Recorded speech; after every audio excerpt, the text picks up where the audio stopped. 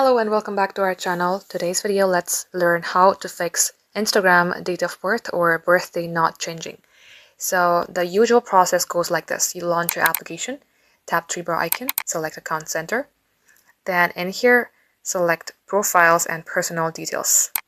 From there, you're going to have to select birth dates. Now as you do that, you will see a birth date like this. Now, if you have been changing your birthdays a lot recently, you will see a pop-up like this. Once you tap on edit, it says you've recently changed your birthday. There is a limit to how many times you can change your birthday. So you may have to wait a few days if you've recently changed it. In my case, I just recently changed it. So this is why I'm seeing this pop off. So what you could do instead is you could wait for a few days, and after that, your birth date will be able to change if you would like to do so. So guys, this is how easy it is. Thank you for watching.